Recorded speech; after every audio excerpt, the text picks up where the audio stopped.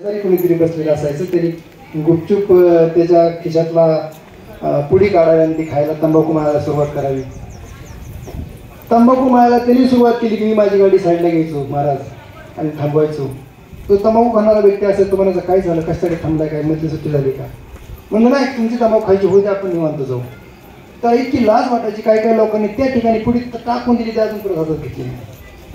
हे दृश्य माझा मुलगा पाठीमागं बसून पाहत असायचा.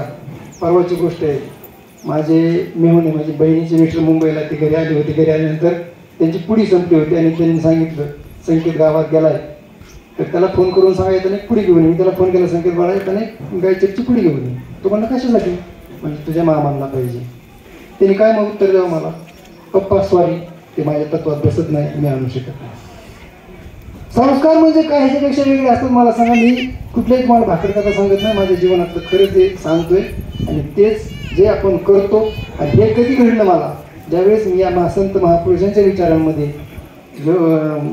मांडे साहेबांच्या मांडे महाराजांच्या सारख्या लोकांच्या सहवासामध्ये मी आलो आणि तिथून बघ मला ह्या गोष्टी कळाल्या आणि मी ते जास्तीत जास्त डाउनलोड केलं. तर 100% रिझल्ट मला आलेला आहे.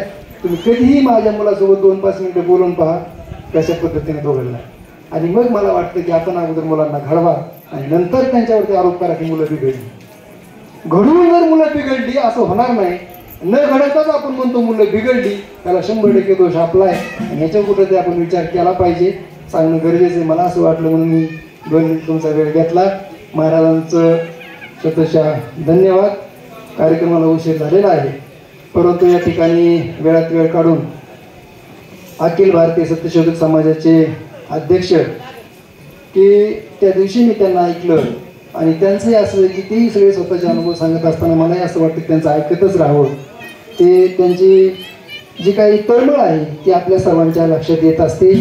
आणि म्हणून मी अशी त्यांना विनंती करतो की या ठिकाणी आपण या उपस्थित सर्वांच्या वतीने प्रातिनिधिक स्वरूपामध्ये या शिंदे कुटुंबियांना शुभेच्छा देतील आमचे आशास्थान, आमचे गुरुवर्य मार्गदर्शक आदरणीय शंकररावजी लिंगे साहेब, अखिल भारतीय सत्यशोधक समाजाचे अध्यक्ष शंकररावजी लिंगे साहेब.